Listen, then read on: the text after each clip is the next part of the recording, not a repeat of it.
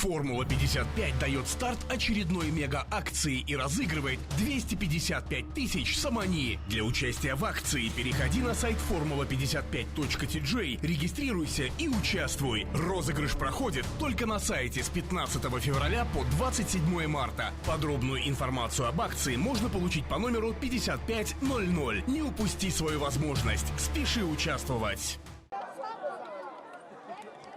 дар шаҳри Кӯлоб аз ҷашни Наврӯзи аҷам бо баргузории як қатор чорабиниҳои фарҳангӣ ва фароғатӣ ва мусобиқаҳои варзишӣ истиқбол гирифтанд. Дар ин росто дар амфитеатри шаҳри Кӯлоб мусобиқаи гӯштини миллии гӯштингирӣ баргузор гардид, ки паҳлавонон барои дарёфти зинаҳои ифтихорӣ, тӯҳфаҳои арзишманди пуливу молӣ ва 2 шоҳ-ҷоиза талош варзиданд. иттилоъ дода шуд, ки мусобиқаи мазкур ба хотири сазовор истиқбол намудани ҷашни Наврӯзи байналмилалӣ аз ҷониби мақомоти иҷроияи ҳокимияти давлатии вилояти Хатлон ва шаҳри Кӯлоб ва ҳамзамон дигар сарпарастон роҳандозӣ гардид. мусобиқаи гӯштини миллӣ аз рӯи низомномаи Федератсияи байналмилалии гӯштингирӣ баргузор гардида дар баробари писарон ҳамзамон духтарон низ байни ҳам нерӯсанҷӣ карданд. дар рафти мусобиқа дар баробари мухлисону ҳаводорони ин риштаи варзиш ҳамзамон масъулини ҳукумати ҷумҳурии Тоҷикистон, роҳбарияти мақомоти иҷроияи ҳокимияти давлатии вилояти Хатлон ва шаҳри Кӯлоб ширкат намуданд. дарҷ гардид, ки бо мақсади амалӣ намудани дастуру супоришҳои пешвои муаззами миллат муҳтарам Эмомалӣ Раҳмон дар самти дастгирии ҷавонону варзишгарон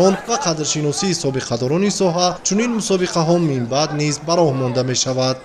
мусобиқаи имрӯза тибқи низомномаи таҳия гардида дар вазнҳои то 70 килограмм ва то 80 килограмм байни ҷавонписарон гузаронида мешавад ва то вазни 63 килограмм бошад байни ҷавондухтарони шаҳру минтақаи Кӯлоб гузаронида мешавад.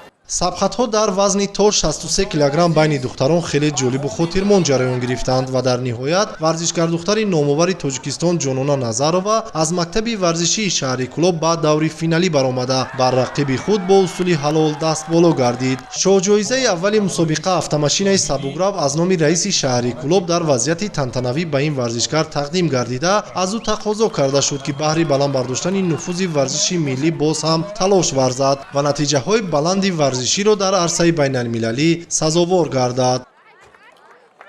افتخار میکنم که صاحب چنین شاه جایزه گشتم و برای ما دختران این شرف است و میخواهم که در مسابقه های بیرون از کشور باز پرچم دولتمان را بلند بردارم. ҳамзамон дар вазни аз 70 килограмм боло байни мардон нерӯозмоиҳои ҷолибу дидани баргузор шуд ва дар даври ниҳоӣ варзишгарони муваффақи кишвар Баҳром Суфиев, Зиёвуддин Бозоров, Абдуллои Ориф, Зарифзода Ҳабибулло, Қурбонов Абдулло, Саидҷони Ҳайдар, Абдуллоев Юсуф ва боз чанде аз варзишгарони муваффақи шаҳру ноҳияҳои минтақаи Кӯлоб роҳ ёфтанд. шоҳ-ҷоизаи дигари мусобиқаро бошад дастпарвари мактаби махсуси намудҳои гӯштини ба номи ҷавонпаҳлавон Саидмӯмин Раҳимови вилояти Хатлон дар минтақаи Кӯлоб Баҳром Суфиев соҳиб гардид, ки ин муваффақият баъди ба даст овардани ғолибият бар Абдуллои Ориф имконпазир шуд. шоҳ-ҷоизаи раиси вилояти Хатлон автомашинаи сабукравро дар вазъияти тантанавӣ ба Баҳром Суфиев тақдим карданд, ки ин муваффақиятро мухлисону ҳаводорони гӯштини миллӣ арзанда арзёбӣ карданд. миннатдории худро мерасонам, ки барои мо ҷавонон чунин мусобиқаҳо баргузор кардааст.